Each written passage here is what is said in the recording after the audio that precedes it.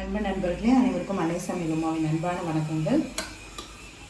இன்னைக்கு அன்னை சமையலில் பார்க்க போகிறது காலிஃப்ளவர் பட்டாணி பிரியாணி.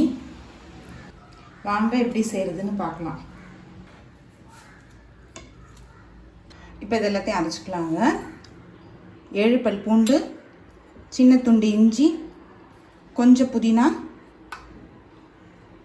1 டீஸ்பூன் சோம்பு, 5 பச்சை மிளகாய். இப்போ இது எல்லாத்தையுமே மிக்சியில் நைஸாக அரைச்சிக்கலாங்க. குக்கரில் தேவையான அளவு எண்ணெய், 1 டீஸ்பூன் நெய், 2 பிரியாணி இலை, 3 பட்டை, 2 கிராம்பு, 2 ஏலக்காய், கொஞ்சம் கல்பாசி, 1/2 டீஸ்பூன் சோம்பு.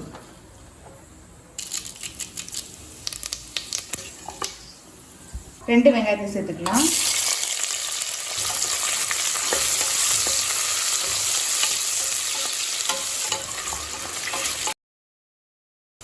ரெண்டு டீஸ்பூன் இஞ்சி பூண்டு விழுது,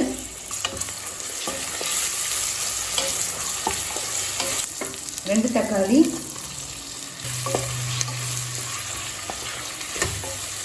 1/4 டீஸ்பூன் மஞ்சள் தூள்,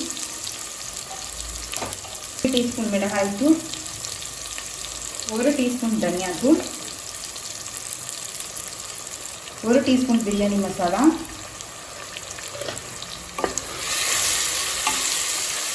மிளகாய் தூள் வாசனை போட்டு 1 நிமிஷம் வரைக்கும் நல்லா வதக்கிக்கலாங்க.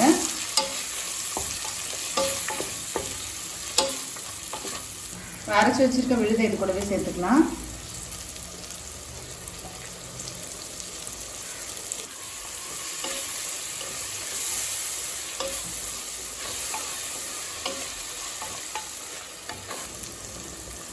இது கூடவே 1 கப் காலிஃப்ளவர் சேர்த்துக்கலாம். 1/2 கப் பட்டாணி, தேவையான அளவு உப்பு.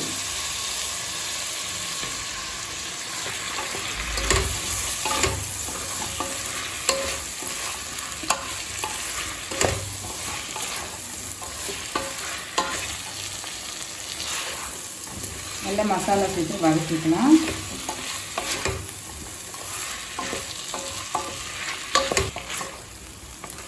காலிஃப்ளவருக்கு நீங்கள் கொஞ்சம் எக்ஸ்ட்ரா மசாலா போடணுங்க, அப்போ தான் நல்ல வாசனையாக இருக்கும்.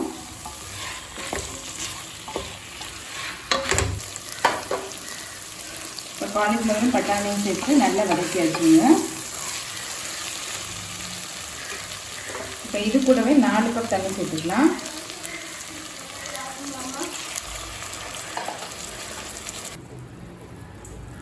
இது கூடவே 2 கப் சாதத்தை சேர்த்துக்கலாங்க.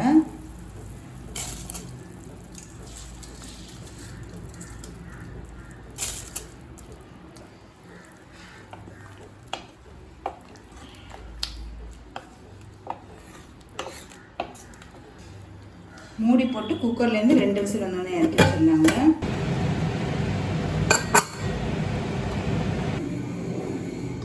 இப்போ குக்கர்லேருந்து 2 விசில் வந்துருச்சுங்க.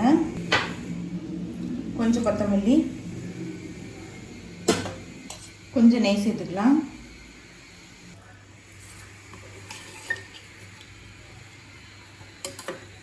மெதுவாக கலரிக்கலாம்.